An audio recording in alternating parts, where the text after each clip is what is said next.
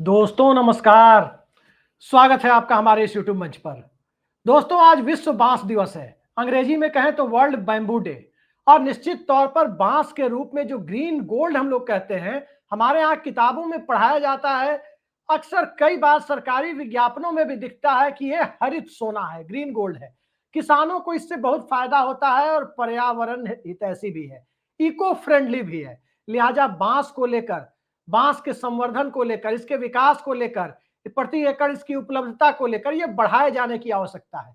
लेकिन आज चर्चा हम वर्ल्ड बैम्बू डे यानी विश्व बांस दिवस की नहीं करेंगे, बल्कि विश्व बांस दिवस के मौके पर, अब ये संयोग है या प्रयोग मुझे नहीं पता, ये कोइंसिडेंस से ज्यादा लगता है, लेकिन विश्व बांस दिवस के मौके पर आज दिल्ली में राहुल गांधी ने एक प्रेस कॉन्फ्रेंस की। और प्रेस कॉन्फ्रेंस कर उन्होंने सीधे सीधे चुनाव आयोग और चुनाव आयुक्त ज्ञानेश कुमार के ऊपर वोट चोरी को संरक्षण देने का आरोप लगा दिया। हाइड्रोजन बॉम्ब कहा जा रहा था। हालांकि राहुल गांधी ने कहा कि हाइड्रोजन बॉम्ब तो अभी आना बाकी है। तो आज जो खुलासा उन्होंने किया, निश्चित तौर पर यह सत्ता को, सिस्टम को, स्वतंत्र और निष्पक्ष चुनाव के जुमले को कहीं ना कहीं करारा चोट पहुंचाने वाला था। आखिर इतनी करारी चोट राहुल गांधी ने जो पहुंचाई, स्वाभाविक है कि उस पर चुनाव आयोग की प्रतिक्रिया आनी थी। और चुनाव आयोग ने अपनी प्रतिक्रिया में इसे खारिज करने की कोशिशें भी की। लेकिन सबसे बड़ा आश्चर्य जो दिखाई दिया, वो आश्चर्य ये था कि राहुल गांधी ने आरोप चुनाव आयोग पर लगाए, ज्ञानेश कुमार पर लगाए, इनके पहले के राजीव कुमार पर लगाए। बचाव में और राहुल गांधी के आरोपों का जवाब देने के लिए बीजेपी प्रेस कॉन्फ्रेंस करने आ गई। बीजेपी के नेता अनुराग ठाकुर राहुल गांधी के आरोपों का जवाब देने के लिए आ गए।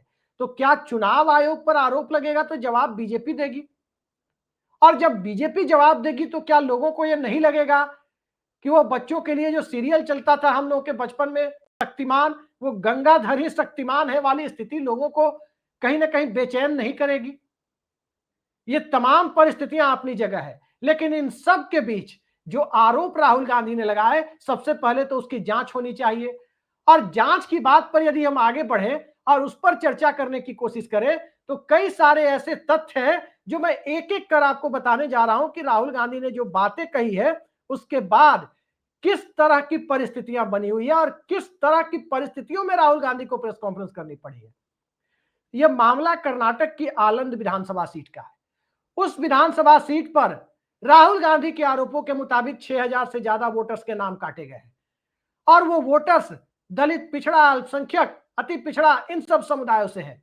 और राहुल गांधी का दावा है कि ये कांग्रेस को वोट करने वाले वोटर है, यानी भारतीय जनता पार्टी के मिजाज के उलट जाने वाले वोटर है, इसलिए बकौल राहुल गांधी उनका नाम काट दिया गया। खैर, राहुल गांधी यहां हम मान सकते हैं कि अपनी राजनीति कर रहे हैं, लेकिन जब राहुल गांधी जिनके नाम कटे और जिनके एप्लीकेशन के, जिनके आवेदन के आधार पर जिनके नाम कटे, उन दोनों को लेकर प्रेस कॉन्फ्रेंस में आ गए। जिनने आवेदन दिया, जिनका आवेदन था कि अमुक व्यक्ति का नाम काट दिया जाए, वो कह रहे हैं मैंने कभी कोई एप्लीकेशन या अर्जी नहीं लगाई किसी का नाम काटने के लिए। तब सवाल उठता है कि उनके नाम से किसने आवेदन लगाया? और इस तरह से जब एक पूरा ब्यौरा, सिर्फ उन्हीं दो व्यक्तियों का नहीं, कई व्यक्तियों का डिटेल ब्यौरा जब राहुल गांधी ने अपनी प्रेस कॉन्फ्रेंस में पेश किया, उसके बाद एक सनसनीखेज खुलासा सामने आया। खुलासा दरअसल यह था कि फरवरी 2023 में, जी हां, फरवरी 2023 में कर्नाटक में भाजपा की ही सरकार थी। मई में चुनाव हुआ, मई में काउंटिंग हुई, तब जाकर के वहां सरकार कांग्रेस की बनी है। जिस वक्त भाजपा की सरकार थी, उस वक्त वोटर लिस्ट में नाम काटने जोड़ने के मुद्दे पर चुनाव आयोग के अधीन काम कर रहे अधिकारी ने, जी हां, जब आचार संहिता लग जाती है तो सभी अधिकारी चुनाव आयोग के हो जाते हैं। तो उस वक्त ही जब बीजेपी की ही सरकार थी और चुनाव आयोग की ही मशीनरी थी, उस वक्त इस वोटर लिस्ट में नाम काटने जोड़ने के मुद्दे पर एक एफआईआर दर्ज की गई कर्नाटक में। और जब एफआईआर दर्ज की गई, उसके बाद सरकार बदल गई, चुनाव हुआ, सरकार बदल गई। 18 बार चुनाव आयोग को रिमाइंडर भेजा गया राज्य सरकार की, सीआईडी की तरफ से। सीआईडी ने जांच शुरू की, 18 बार रिमाइंडर भेजा, दिल्ली आयोग को भेजा रिमाइंडर कि भाई इसमें क्या करना है बताया जाए, इस मामले पर डिटेल उपलब्ध कराई जाए। डिटेल में जो चीजें आयोग ने मांगी, जो डिटेल्स मांगी, उसमें बीएलओ की शिकायत पर, जो बूथ लेवल ऑफिसर होते हैं उनकी शिकायत पर जिला स्तर पर जो रिटर्निंग ऑफिसर होते हैं उन्होंने एफआईआर दर्ज करवाई। और कर्नाटक सीआईडी को जांच का जिम्मा सौंपा गया। कर्नाटक सीआईडी ने चुनाव आयोग को 18 बार लेटर लिखा 18 बार चिट्ठी लिखी और कहा कि आखिर किस आईपी एड्रेस से, आईपी एड्रेस मतलब आम बोलचाल की भाषा में कहें तो इंटरनेट प्रोटोकॉल एड्रेस, जैसे हमारा आपका सबका इंटरनेट मोबाइल का वाईफाई का होता है, उसका एक प्रोटोकॉल एड्रेस होता है। किस एड्रेस से आवेदन किया गया, किस फोन नंबर का इस्तेमाल हुआ, किस डिवाइस डेस्टिनेशन पोर्ट का इस्तेमाल हुआ और ओटीपी ट्रेल्स क्या है। इस तरह की चीजें जब होती है तो ओटीपी जारी किया जाता है। आमतौर पर आप देखते होंगे कि किसी भी मामले में बैंक फ्रॉड भी होता है तो आपके पास पहले एक ओटीपी आता है, आपको झांसे में लिया जाता है, तब बैंक फ्रॉड करने वाले लोग आपके साथ फ्रॉड करते हैं आमतौर पर। तो ये सारी चीजें हुई, इसके जवाब में कोई कार्रवाई चुनाव आयोग ने नहीं की और ना ही सीआईडी को, कर्नाटक की सीआईडी को कोई सूचना दी कि इस मामले में आगे बढ़ा जाए। अब उसके बाद राहुल गांधी प्रेस कॉन्फ्रेंस के लिए आए। प्रेस कॉन्फ्रेंस में उन्होंने सारी चीजें रखी और वोटर लिस्ट के साथ हो रहे गड़बड़ झाले का एक उदाहरण प्रस्तुत किया। कायदे से चुनाव आयोग को इस पर जांच बिठानी चाहिए, कायदे से चुनाव आयोग को यह करना चाहिए था कि 18 बार जो रिमाइंडर आया उसका जवाब क्यों नहीं दिया गया, उस पर आगे बढ़ने की कोशिश करते, लेकिन सिरे से आरोपों को खारिज करने की तरफ ही आयोग बढ़ गया। अब सवाल उठता है कि कर्नाटक से ही यह मामला क्यों सामने आया। यह बात बिल्कुल सही है कि 3 राज्यों में कांग्रेस की सरकार है। कर्नाटक जहां भाजपा को हराकर कांग्रेस सत्ता में आई, तेलंगाना जहां भारत राष्ट्र समिति बीआरएस के केसीआर को हराकर सत्ता में आई और हिमाचल प्रदेश जहां भाजपा को हराकर कांग्रेस सत्ता में आई। अब कर्नाटक का मामला यूनिक इसलिए है क्योंकि कर्नाटक एक बड़ी जनसंख्या वाला राज्य है और भारतीय जनता पार्टी जिसकी केंद्र में सरकार है और जिसके इशारे पर कहा जाता है कि तमाम संस्थाएं और गोदी आयोग और गोदी मीडिया की तरह, गोदी सेठ की तरह बन गया है, उस वजह से कर्नाटक के बारे में धांधली की गुंजाइश कांग्रेस के लोगों को ज्यादा लगी। स्वाभाविक है कि जब सत्ता आई तो जांच होगी। तेलंगाना में सत्ता थी नहीं भारतीय जनता पार्टी की, तो तेलंगाना में बीआरएस के बाद बीजेपी कांग्रेस आ गई और वहां पर जांच की होगी तो शायद कुछ मिला नहीं होगा। रही बात हिमाचल प्रदेश की, तो हिमाचल प्रदेश के बारे में एक व्यावहारिक चीज जान लेनी चाहिए। 68-69 लाख वहां की आबादी है, 68 विधानसभा सीटें हैं, तकरीबन 46-47 या 50 लाख वहां वोटर होंगे। एक विधानसभा सीट पर औसतन 70-80 हजार वोटर होंगे। और हिमाचल प्रदेश में जब आप जाएंगे तो गांव गांव की स्थिति जब देखेंगे, 20-20 किलोमीटर, 30-30 किलोमीटर की दूरी पर गांव मिलेंगे। कहीं 50 वोटर, कहीं 100 वोटर, कहीं 150 वोटर मिलेंगे। तो जहां 50, 100 और 150 वोटर एक बूथ पर मिलेंगे, वहां पर इस तरह की धांधली तो संभव है नहीं, क्योंकि वहां पर बीएलओ भी उन्हीं 50, 100, 150 के बीच से होंगे, पोलिंग एजेंट भी उन्हीं के बीच से होंगे। तो एक भी अगर फर्जी आदमी उस राज्य में जुड़ेगा तो लोगों को पता चल जाएगा कि वोटर लिस्ट में कौन आया, किसका नाम कटा। तो हिमाचल प्रदेश में ऐसी गुंजाइश की संभावना कम थी। कर्नाटक डेंसली पॉपुलेटेड माना जाता है, खासकर शहरी इलाके। बेंगलोर शहर में ही 4 लोकसभा सीटें हैं। दिल्ली मुंबई के बाद बेंगलोर इस देश में सबसे बड़ा शहर माना जाता है आजकल। और फिर रेस्ट ऑफ कर्नाटका, जो बाकी कर्नाटक है, वहां भी ठीक ठाक आबादी रहती है। 1000-1200 वोटर आमतौर पर कर्नाटक की बूथों पर पाए जाते हैं। तो वहां इस तरह के 10, 20, 50 फर्जी वोटर जोड़ देना, उनके नाम काट देना, यह कोई बड़ी बात नहीं है।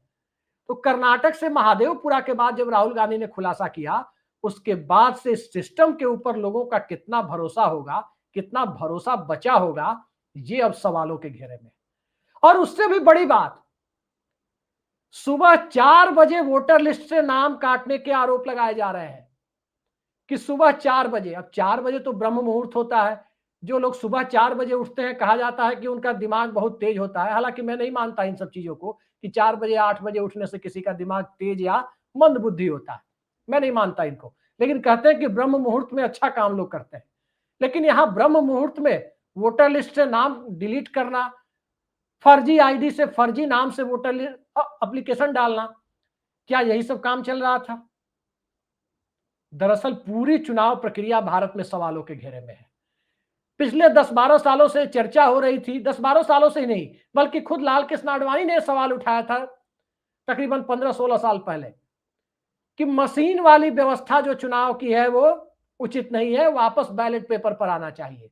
मशीन वाली व्यवस्था को लेकर जनता में एक अविश्वास पहले से पनप रहा था।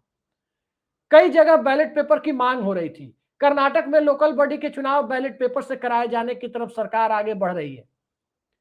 लेकिन एक तरफ मशीन की जगह बैलेट पेपर का सवाल था ही, इन सब के बीच वोटर लिस्ट के साथ धांधली का एक नया सवाल आ गया। अब ये धांधली हुई या नहीं हुई, आयोग जाने। आयोग खारिज कर रहा है, राहुल गांधी सबूत पर सबूत देते जा रहे हैं, अभी और आगे सबूत देंगे, ये बात कहते जा रहे हैं।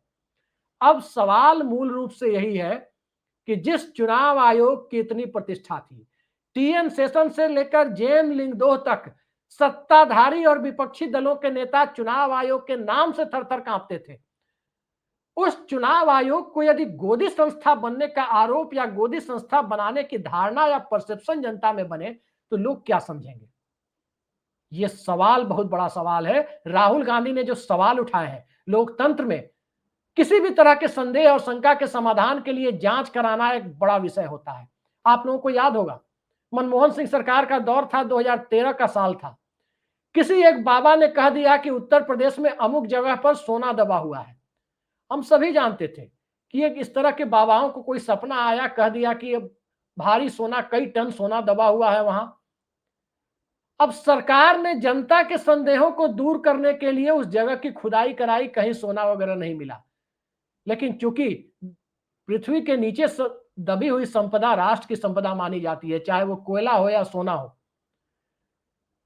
अगर उस वक्त खुदाई नहीं होती तो इस शंका का समाधान नहीं होता कि वहां कोई सोना नहीं है, बल्कि वहां कुछ भी नहीं है। उस शंका के समाधान के लिए, उस संदेह को खत्म करने के लिए वहां पर जांच और खुदाई जरूरी थी। मनमोहन सिंह सरकार ने आदेश दिया और वो हुआ। कई लोग उस वक्त भी कह रहे थे कि एक बाबा के कहने पर किसी को सपना आया, तब ये क्यों कराया गया?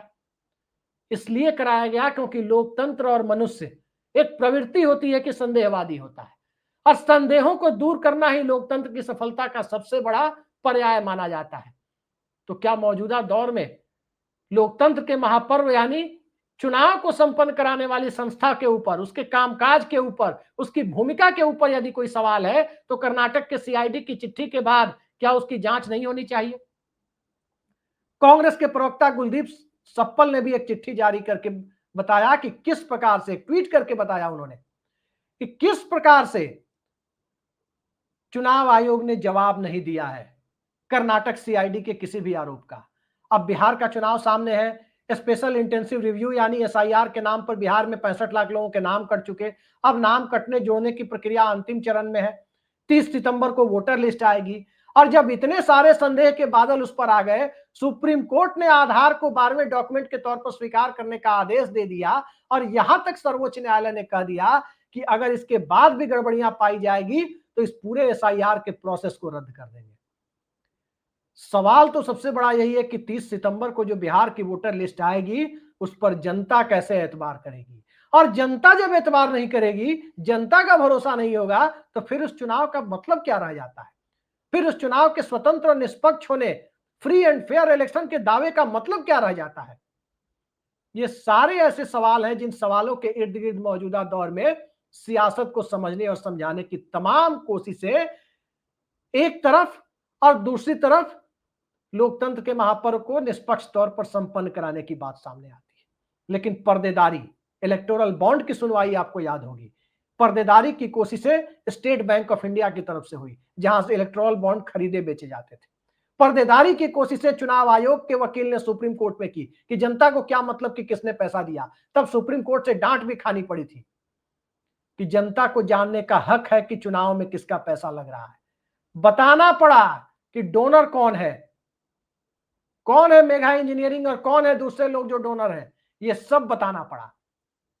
आज की तारीख में जनता को यह बताने की बजाय प्रेस कॉन्फ्रेंस कर देश से माफी मांगने की बात यदि ज्ञानेश कुमार करते हैं, तो आज ज्ञानेश कुमार को यह बताना चाहिए था कि आलंद विधानसभा सीट पर कौन से आईपी एड्रेस से, किस फोन नंबर का इस्तेमाल करते हुए किस तरह से नाम काटे गए, और यदि नाम काटे नहीं गए तो यह भी बताना चाहिए था कि नहीं काटे गए। वोटर लिस्ट की पीडीएफ फाइल मीडिया के सामने देनी चाहिए थी कि उस चुनाव में जो इस्तेमाल है उसमें नाम कटे नहीं थे। तो कुछ भी नहीं करेंगे, सीधे से खारिज कर देंगे। फैक्ट चेक जैसी भूमिका की तरह ट्विटर पर एक क्रॉस लगा करके मिसलीडिंग बता करके खाना पूरी कर लेंगे। इस तरह की व्यवस्था के ऊपर यदि राहुल गांधी सवाल उठाए, इंडिया अलायंस सवाल उठाए, तो बचाव में भारतीय जनता पार्टी सामने आए, ममता बनर्जी ये आकर कहने लगे कि बंगाल में चाहे जो कुछ भी हो जाए वोट चोरी नहीं होने देंगे, तब सवाल उठता है कि आखिर आगे चुनाव पर यदि भरोसा ही नहीं होगा तो फिर चुनाव लड़ने और लड़ाने का मतलब ही क्या रह जाता है।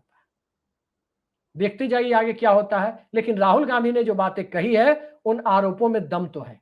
मैं नहीं जानता वो सत्य है या नहीं है, लेकिन उसकी सत्यता भी जांच के बाद सामने आएगी। कर्नाटक सीआईडी की 18 चिट्ठियों पर चुनाव आयोग ने क्या कार्रवाई की वो तय होने के बाद सामने आएगी, और उसके बाद चुनाव आयोग डिटेल्ड प्रेस कॉन्फ्रेंस कर वोटर लिस्ट की पीडीएफ और डिलीट कराने वाला, आवेदन देने वाला व्यक्ति कौन था, ये सारी चीजें जब तक क्लियर नहीं होंगी तब तक लोगों के ऊपर से जो संदेह का वातावरण बना है उसे दूर करने में मदद नहीं मिलेगी। उम्मीद है संवैधानिक संस्थाएं एक दूसरे के सम्मान से चलती हैं। संसद हो, सुप्रीम कोर्ट हो, चुनाव आयोग हो, नियंत्रक महालेखा परीक्षक हो, यूपीएससी हो या कोई और हो, पर्देदारी से सिस्टम नहीं चलता है। और पर्देदारी से सिस्टम चलाने की इन कोशिशों के ऊपर जितनी पर्देदारी की कोशिश चुनाव आयोग करेगा, जितना भी महिलाओं, बेटी, बहुओं के का नाम लेकर के सीसीटीवी फुटेज को दबाने की कोशिश करेगा, संदेह उतना ही बढ़ता चला जाएगा। ये बात करीब करीब तय है।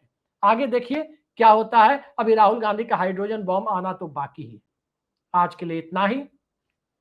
नमस्कार।